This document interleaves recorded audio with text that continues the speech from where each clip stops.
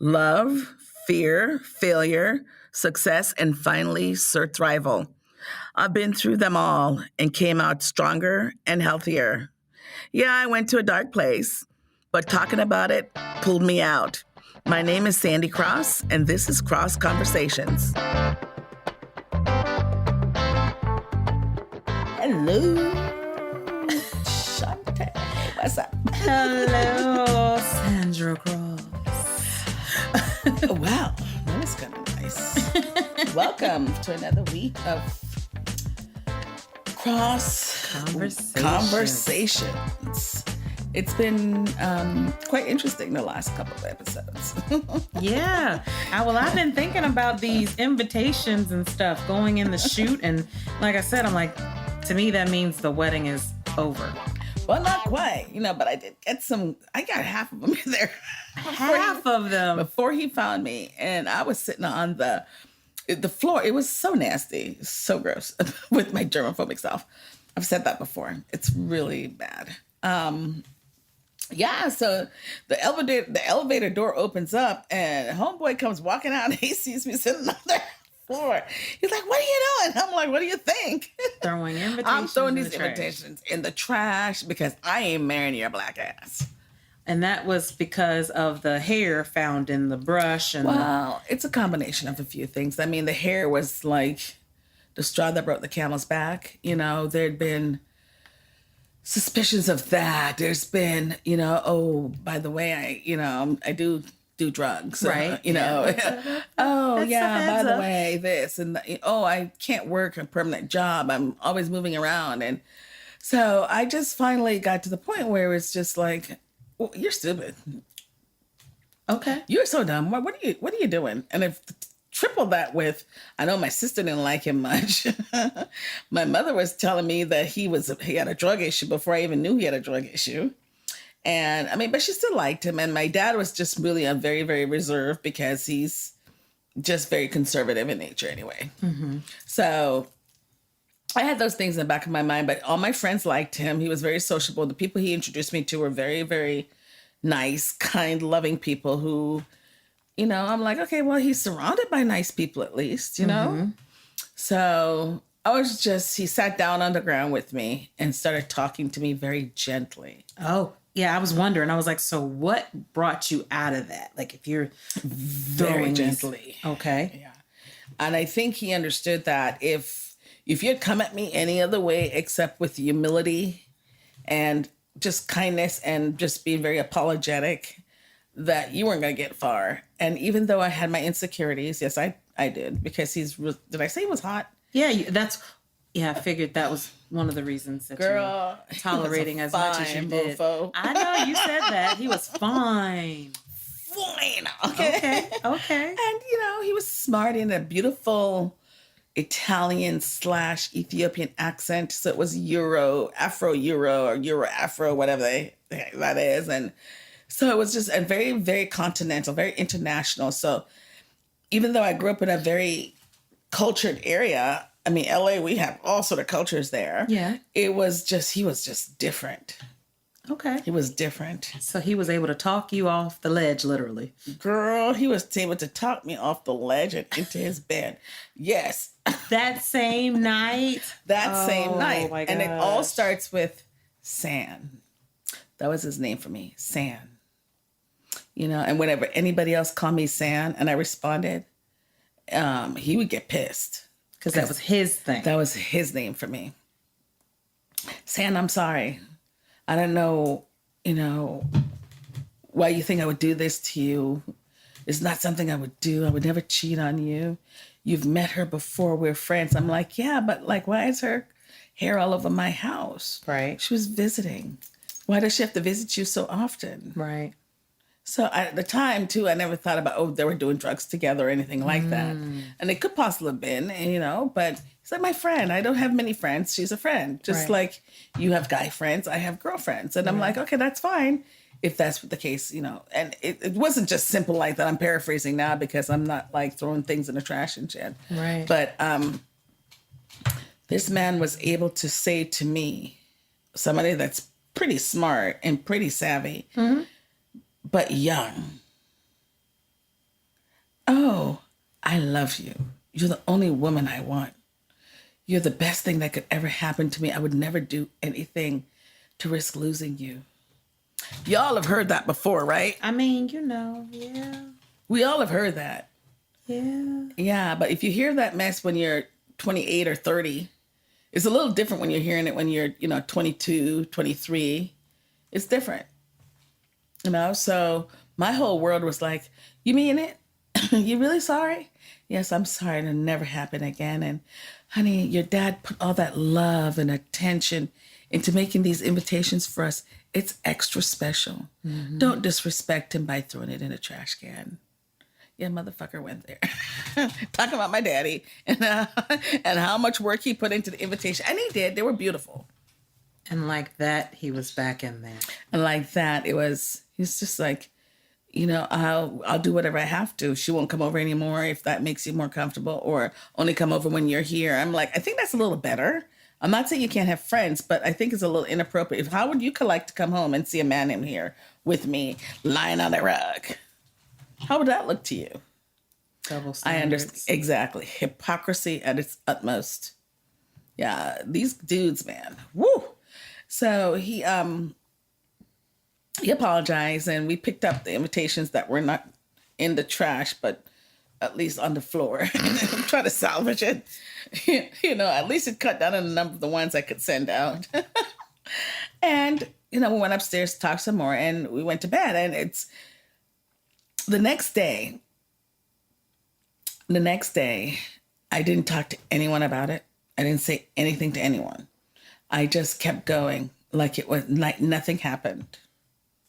And I feel like that's the whole premise of our relationship. I just kept going like nothing happened. And therein lied where I actually mastered compartmentalizing.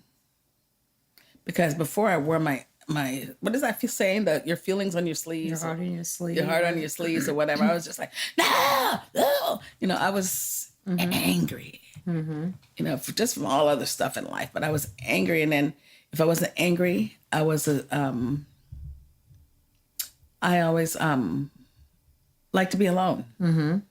I like to be alone. When I'm upset, just leave me alone. Don't talk to me. Don't see me. Don't try to go shopping. Don't do nothing. Just leave me alone. Right. And a couple of my friends through the years have gotten used to it. But then they're like, knock, knock, knock. If you don't open up, I'm going to get the police in there. But that's where I learned to really compartmentalize, because I don't want anybody to think that I am desperate. I don't want anybody to think that I am,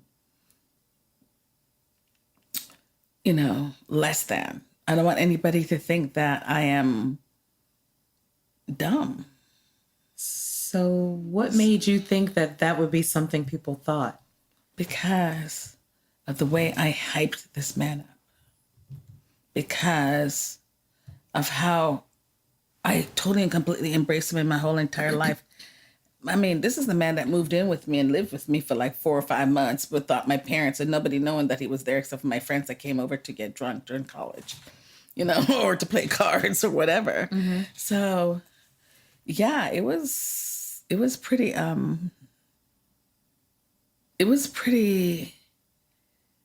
embarrassing for me to like say something like, oh yeah, he's what? I don't have any evidence that he's doing this. Mm. What evidence do I have that he's actually sleeping with someone? Mm. It's in my head. Does that sound familiar, ladies? Sounds, like manipulation. Exactly. I mean, between that, worrying about what other people think, and then the fact that your mom kind of could see it coming, right? Could see that whatever you guys were going to do wasn't going to work out. So you were basically not protecting yourself, but I guess, protecting yourself from the I told you so's. And yes, the I told you so's are,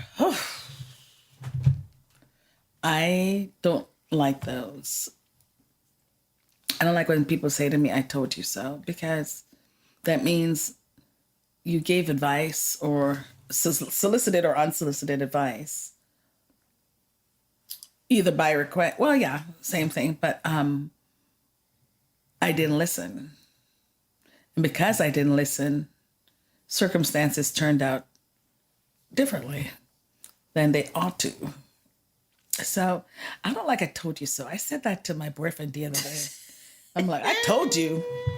I'm like, I told you. And I said, I didn't say I told you so, but I did say I told you. See, you got to learn how to say it without the words. Mm-hmm. That's how I told you so. That's how I do it these days. What? Mm-hmm. Oh, girl, really? Mm-hmm. Mm-hmm. Oh. Mm-hmm.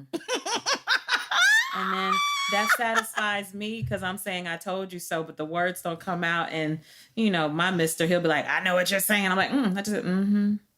Mm-hmm. You got to have a look too. I know you guys can't see us, but I'm glad I'm imagining you can imagine what it looks like. Mm-hmm. Oh, girl, I got to get that down. Mm-hmm. Mm-hmm. But yeah, it's amazing to me. It's amazing to me how stupid we can be. And it wasn't like he was doing so much for me. It wasn't like, oh, he's taking me out. He's doing this. He's paying my bills. Or I'm not doing we're any of that. traveling and we're doing this and we're doing that. All that shit that we were doing was on my dime. And yeah, he did work, but, you know, the contribution wasn't there then, really. It wasn't until really when we moved in together and to another place after we got married, because this place where we lived was a really cool area and it was, you know, fun when you're single or when you just started dating or when you're, you know, engaged. But we moved to like a real place instead of a play place. Well, it sounds like, so he moved in with you first.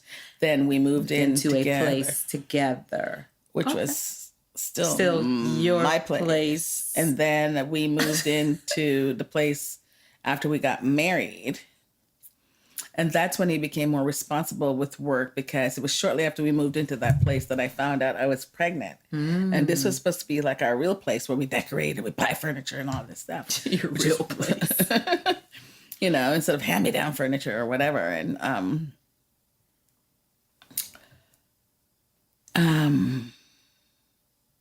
it was also the place, you know, where my daughter was born, where I discovered that he was still doing drugs, where where I discovered so much. We'll get into that. But leading up to our engagement and getting married, it was really hard on me because I know that, like I said, my sister, she didn't really like him. My mom, she tolerated him, is what I felt. Wow. Because of you. Yeah. And my dad helped him get a job and started a career in printing, which was brilliant because my dad he was at the top of his field, and he helped him get into a place that was just very, very well known and very, very able to teach and learn and all that. So he helped him start his printing career. Okay. And he did it because of his daughter, you know, like, let me help him, because he needs to find something that he can do and stick with and not get from job to job to job, the beauty supply place and then this place and that. No, you can't make a living that way. Right. So, you know, that was really cool. But again, you know, he just doesn't know to appreciate what's been handed to him. And that's the problem, because so many people from mom and dad to wife and siblings handed him stuff that he never learned how to stand on his 2 feet and really take care of himself and really pay his bills and really have a car and really have all these things, you know, take somebody out on a date and pay for the date and all that stuff. And so I always tell my friends, I mean, never take a man from his mama's house to your house. Oh, girl, really? He has to have had his own first. That's true. And I mean, you know, see, and I always think of it from the women's perspective. Like, I'm not going from my mom's house to no man's house, because that means I don't know how to stay on my own. Same way. Same thing. So you want that man? You want him to be the same way. He needs to show that he can take care of his place, and you should add to what he has. And I know that's easier said than done, but I tell my friends all the time, don't take a man from his mama's house to your house. Girl. I would have told you that had we known each other Back then. And yeah. yes. Shoot. I'm like, girl, Girl, don't take his mama's house. It was really funny because I guess technically I kind of did, but didn't, but did because his daddy was giving him money and stashing it on the bed and shit. You know, that was probably my money. It probably was. That was probably my money. I'm thinking it was my money. I think it might have been too. My sister was part of the wedding and was helping me and putting the bridal shower together and this together and that together. And I just never felt like she was wholeheartedly in it. And I got the sense of that through just because of little fights or a little this, a little that. And I'm saying this to you right now because to this day, I don't know which fight it is that led to this, but my sister did not come to my wedding.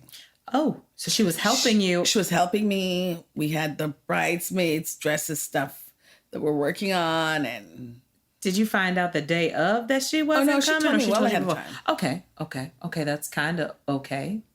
Oh, I knew for quite a bit of time that she wasn't coming. Okay. And I thought it was a joke at first, and it really led she didn't to like him.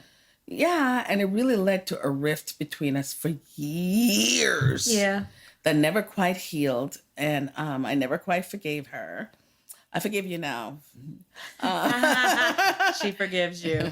It's been forgiven a long time ago, and it ripped through me because Karen and I are like friends. We're not, we're not just sisters, but we are friends. We crack each other up. She tells me about my SNCM dance when she sees me doing my dance, and she always tells me that I should have my own reality show. Right. Because she thinks I'm so funny, and I really am, folks. I may be talking about some heavy subjects, but I'm funny as hell. You are. So hopefully some of that comes through. It does. But yeah, she didn't come, and I was just like, I thought it was a joke, and then no, the wedding day came and went. Yeah, that's kind of rough. I mean, yeah, only she should have come for you, if anything, and then regardless of how she felt about him. Oh, later on, she told me she couldn't come because she couldn't be fake, and because she wouldn't be able to like say yay because she just thought I was making a mistake. And I appreciated her not coming to my wedding and not, then because you don't want that energy there. But on the same token, she wasn't there. Yeah. She's not in any of the pictures. Well, but since you guys aren't together, I guess she feels like she didn't miss anything. Wow, really, Shaunte? That's like I'm like, oh, well, I'm glad I didn't buy a wedding gift for them. Shoot. But when Malika came along, so she didn't come to the wedding. No, and it took a long time for my ex-husband to get over that. Andy was pissed about it. He wasn't happy because he's just like, that's your sister, that's your family. That's your only sister. How? At least it was back then. Anyway, it's another story. About a sister? You have another sibling? Oh, yeah. Another sister? Oh. I have 2 brothers and 2 sisters. Oh, this is... Oh, okay. Let me take some notes so we don't forget this. Yeah. Oh, I didn't tell you that part. Well, I mean, your facial expression tells me there's something to this, so I guess we'll have to wait. Yeah. Okay. Kinda. So your sister at the time? At the time. One of my sisters, I just found out about her 2 years ago. Oh, my God. Let's see. My sister... yeah, 2 years ago. Anyway. Well, that's on my list. I want to talk about that. Oh, yeah. That's going to be a trip. Okay. But yeah, it was just really, really, I was heartbroken that she didn't come. But at the end of the day, after we've talked, after I've seen, how happy she was that I had a baby, and she stepped up and she wanted to help out, and she loves Malika. I mean, she loves Matt too. But Matt's your son? Yeah. Mm-hmm. But yeah, it's I probably should delete that part from here. So they're like, don't talk about me. They'll be all right. But yeah, it's just interesting how it all comes full turn now with me being divorced. My sister and I have had a much closer relationship after it. We've definitely leaned on each other more. definitely have more patience. And I know that I've seen Karen soften because she had such a tough exterior. But I've seen her soften, and she's seen me toughen up. She's seen me grow a pair. She's seen me choose happy. And it's just so sweet how she's really communicated that to me about how she's just prayed and prayed and prayed for me just to find real happiness and to not let the negativity of my ex-husband ruin my whole entire life, because it ruined the first half. Right. So she was one of my biggest cheerleaders in that. And so it's just kind of ironic now with everything that's going on with him and the life that he's chosen to lead, how my sister's words and actions are now running through my head like crazy. My mother, God bless her soul, she's all the things she said to me, good and bad, how I just didn't, the rosy colored glasses I was looking through was pissed at them. Yeah. Like, wow, like really? I have everything going for me. I'm smart. I got some schooling. I had good jobs. I made money. I lived in all the right area codes, zip codes, and counties. So I traveled, Now, how much of that do you think played into possibly what he wanted, though, to kind of, separate you from your family and your mom and your sister? Ooh.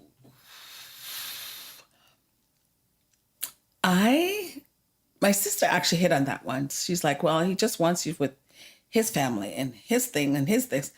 And parts of that is maybe true.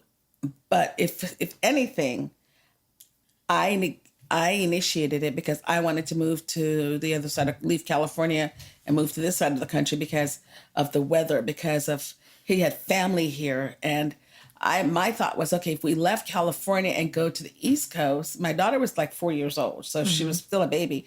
Then she could go to school here. She could be around her cousins because she had an older cousin.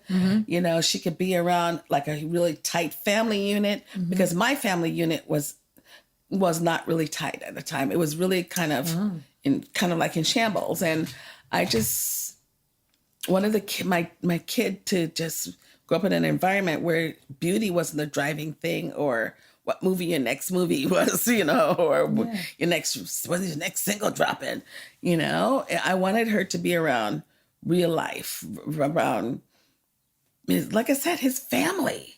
I wanted to get to know the culture. I wanted to get to see this and see that because it was just so rich. And I honestly was missing that from mine after my parents got a divorce, after, the rift with my sister, after just so many things. I just wanted some cohesiveness, some peace. So I ran. Well, that explains a lot, though. Then if there's like, not turmoil, but just that challenge in your family and the not togetherness, and you're getting what you're not getting from them. Yeah. So you're kind of accepting of a lot more because of what you were essentially leaving and missing. Yeah. And, I, the other day I was at my niece's wedding and his niece, my niece, she's my heart. Yeah. And it was at her wedding in January. And I stayed in bed the day before her wedding crying. And I was just crying and crying and crying because her dad had passed in October. And I was like, oh my God, look what he's missing. And my beautiful niece. And it was just, my heart was thumping with just sadness for her. And then at the same time, it was thumping for sadness for my daughter because I knew that her dad wouldn't be able to walk her down the aisle. And it was just really for different reasons. And I just busted out crying and crying. And then it just hit me like a boulder on the head. The reason why he was in my life, the reason why God put him in my life, a couple of things. One, these kids. Because without him, I couldn't have had such great children. So I am eternally grateful for him to him for that. And I have told him that I'm like, I will always love you because of the kids. Right. So what about me? I'm like, no, don't push it. Yeah. Nah, it's the kids. And the other thing, really, honestly, I love his family. I'm very close to them. I've had some disagreements with one or two of them. And now the one that was really his biggest defender has circled back, and she's being nicer and kinder because she's understanding why I did some of the things I did, like to get him out of my life. But I'm thankful to him. And I said, thank you to the Lord for him to give me the gift of his family. It was the best gift because I am super close to them. My children are like siblings with their cousins. They have cousin day and cousin this and cousin that, secret societies and shit. They are just so close. And it's just lovely. It's lovely. A lot of people think they are, brothers and sisters. And just for them they come to me and they ask me about things, and I go to them and I ask them about things, and the closeness and the big, huge family. Mofo had brothers and sisters who I think 12, 11, 10. Yeah. And right now we're standing at 25 cousins. Oh. Or maybe it's 24. It is a big family. It's huge. Because each person was having like 2, 3, 6. So despite 5. the divorce, everything is still good with them. Despite the divorce, things have gotten to a very, very good place. And even up to earlier this month in March, I saw them, and it was the best of circumstances, but we saw each other, and everybody was very loving and caring, and to this day is. So thanks for the children. Thanks for your family. That's what you came into my life for, and to teach me, honestly, about just keep being nice, no matter what.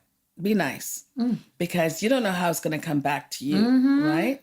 And I've seen it, like I said, with his family, how, everybody kind of disappeared for a while, but they all have come back, especially the one that was like thinking I was being evil to her brother because I divorced him. They come back, and they come back because they know that my heart is in the right place, or their children will say, Auntie Sandy this, or Auntie Sandy that, or don't talk about my Auntie Sandy. Right. So I may have regrets about certain things, but I don't regret marrying him. What I do understand is I enabled his behavior for a long time with ignorance, with embarrassment, because we were always kind of like the chic couple. We were always kind of like, grand poobah, the ish. And it was kind of nice, because people look up and, there's family coming from Ethiopia or Germany or wherever to stay with us. Everybody looked at him like, wow, you came here first and you started this for us. So he was the one that helped everybody get here. Oh, wow. Through me maybe, but he was the one that helped, Right. And so they kind of look at him and they owe him for that. But at the same time, when at the end of the day, they all came here, they worked, they got their green card, they got their house, their kids, their wives, their everything, their careers, and they're doing really, really well. And he still isn't. Yeah. So. And I noticed you're dancing around a couple of things about him. And I'm sure, maybe we'll talk about those things, maybe not, because you did say a couple of things like he won't be able to walk your daughter down the aisle. No. And he won't be able to be that father figure. No, he wasn't really after the divorce anyway. He just abandoned his son. Okay. My daughter was going to college, and there's a lot more to that. It's, even during the divorce, he almost ruined my best friend and I's relationship. Oh, he just... Oh, yeah. He sounds toxic. That's a great word. Yeah. Toxic. Yeah. Yeah, he sounds toxic. Andy was toxic. Okay. Well, that was a lot. We covered a lot today. And of course, this is the part that I dread, the end of our conversation for now. So what are some things you think we have to look forward to on our next chat? I want to delve a little bit into